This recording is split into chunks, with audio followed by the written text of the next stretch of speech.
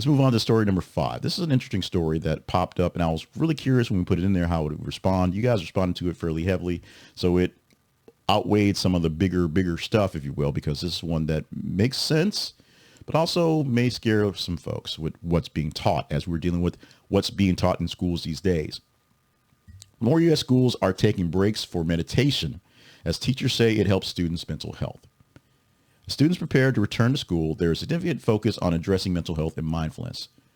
The transition back to school can be challenging, especially for disruptions caused by the pandemic, and educators and mental health professionals are emphasizing the importance of creating a supportive environment to help students manage stress and anxiety.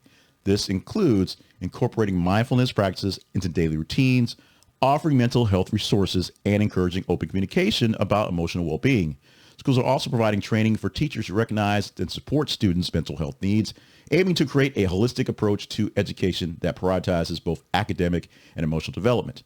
Now, this all sounds nice. Now, sounds sweet, sounds great, but we also live in a nation, I'll talk about U.S. specifically, where we have one state that has mandated you must teach the 10 Commandments. Now, no one's mandating you teach mindfulness. No one's saying yoga is the way. You must have yoga next to the Pledge of Allegiance.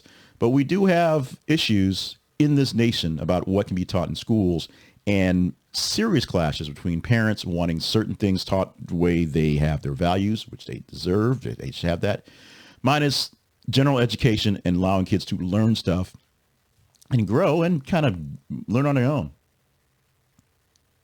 Expose them to new things that they don't have access to and let them figure out what it is they want to get into or not.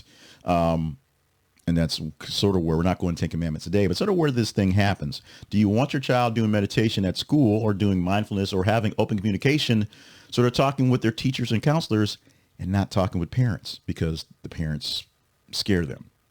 That's where it all becomes crazy. That's where it all becomes a bit complicated. That's what we all need to worry about, exactly how we implement these programs.